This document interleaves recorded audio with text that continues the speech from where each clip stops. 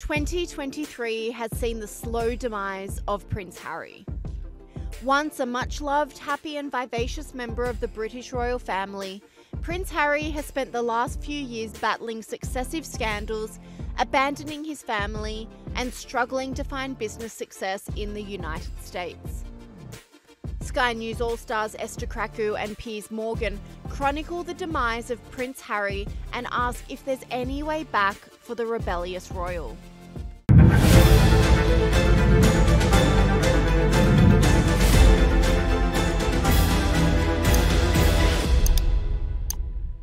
Prince Harry, together with his wife Meghan Markle, have experienced the highest of highs and the lowest of lows in the past few years, with the media and fans across the globe all weighing in on what South Park hilariously coined their world privacy tour.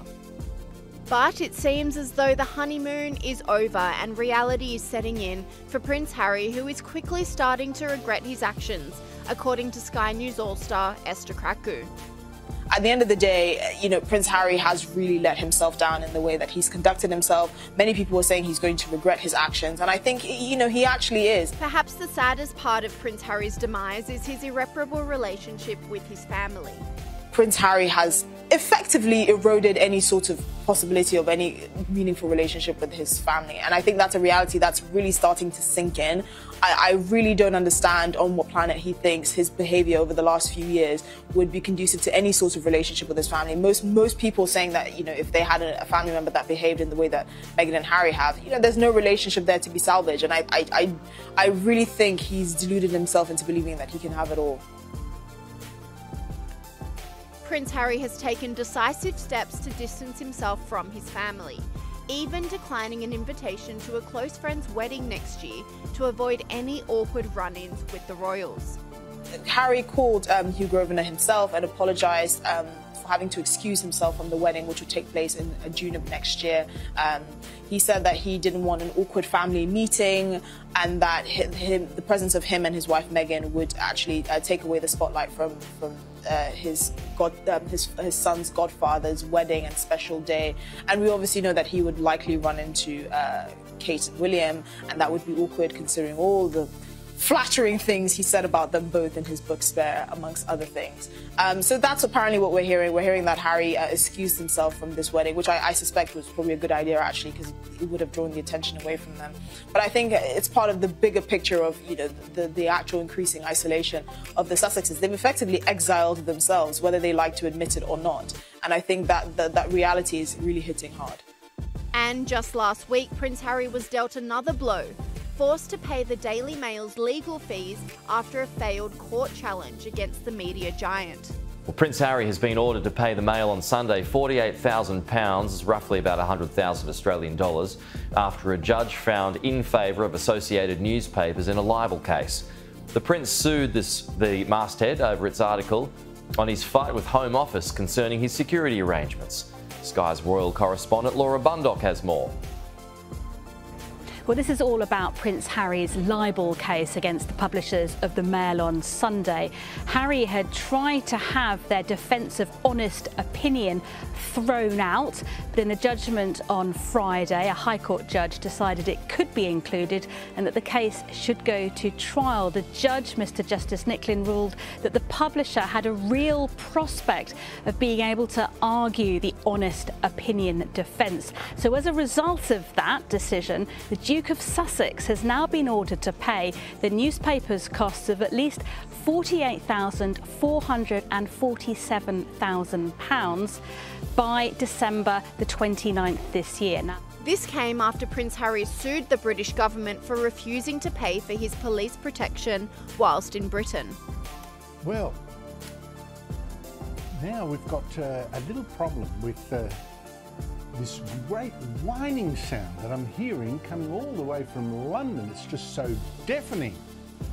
Well, that whining sound you hear is Prince Harry again, doing the, oh, poor me, I'm being picked on, everyone's so unfair to me. The British government, the royal family. His lawyers are in court this week because he is suing the British government for refusing to pay for armed police protection whenever it's in Britain. It's only going to pay on a case-by-case basis, and Harry is so poor, as you know, it's not good enough Joining me from London is Patrick Christie, star presenter of GB News. Patrick, great to see you again. Does Harry seriously think that taxpayers want to fund his police protection for him and Meghan Markle after the way they've smeared and damaged the royal family over the last 5 years? I mean, this guy's so arrogant that I don't think he gives a damn about British taxpayers, to be perfectly honest with you. The fact is that if you're not going to do your royal duties and you're going to stick the knife in on the way out of this country, then you shouldn't have police officers on duty protecting you when you come to this country. That's not, I think, a controversial view. The other argument was that he should maybe be allowed to pay for his own police protection. Well, I'm sorry, but our Metropolitan Police are not for hire. What precedent does that set every time George Clooney comes to the UK or someone like that? Are they allowed to just rent our Metropolitan Police? I mean, we've got a knife crime epidemic, a drug dealing epidemic, you name it, we've got it over here. Police officers already aren't attending shoplifting cases, so why should they protect Prince Harry? And I hate to say it, but some of the risks that Prince Harry is facing, he's brought upon himself. In his book Spare, he wrote about killing Taliban fighters. Well, if you put a fatwa on yourself, Harry, don't expect the British public to have to pay for that. And if that means that you're going to struggle to come back to the UK, well, oh well, never mind. In addition to mounting lawsuits, Prince Harry has had some very bad luck with business deals over the past year, losing his lucrative Spotify contract and now experiencing a mammoth $11 million drop in donations for his Archwell charity. Prince Harry's struggling public reputation is due in large part to the lies that he and Meghan Markle keep getting caught out in, says Sky News All-Star Piers Morgan. Other than to point out, Prince Harry in his High Court case demanding royal protection, of course he does, because he wants to have his royal cake and eat it. He apparently said today that he felt forced to leave the royals and it wasn't a choice. What he'd forgotten is what he said in his statement when they left in January 2020, when he said, after many months of reflection, we have chosen to make a transition this year and starting to carve out a new role. He can't even remember his own porky pies. Anyway, Pac, lovely to see you all. Thank you very much indeed. Uncensored next, football bad boy Joey Barton sparks a sexism scandal by claiming women. Prince Harry's integrity was also questioned following the revelation of a letter from the late Queen Elizabeth. Yes, so Edward Young, which you may remember is not a very favoured person according to Harry's book Spare, he described the late Queen's former private secretary as a fuzzy, middle-aged white man who apparently has an oval egg-shaped face, which is an interesting assessment because you could level those same descriptions at Prince Harry himself. But he has come out and said that the Queen took Meghan and Harry's personal security very seriously, and she also cited, obviously the heightened risk that came with Princess Diana, and she said that she did support, obviously, the Sussexes having round-the-clock security while their status within the royal family was being assessed. Now, obviously, this decision is not in the hands of the royal family. It's in the hands of REVEC, the Home Office committee responsible for the royal family's security.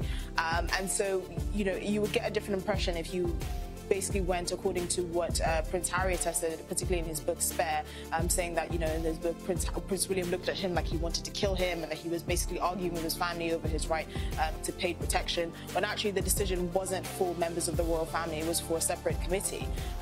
So, the Queen did obviously take the security of Meghan and Harry very seriously, and that's been reflected by the reports of her private secretary.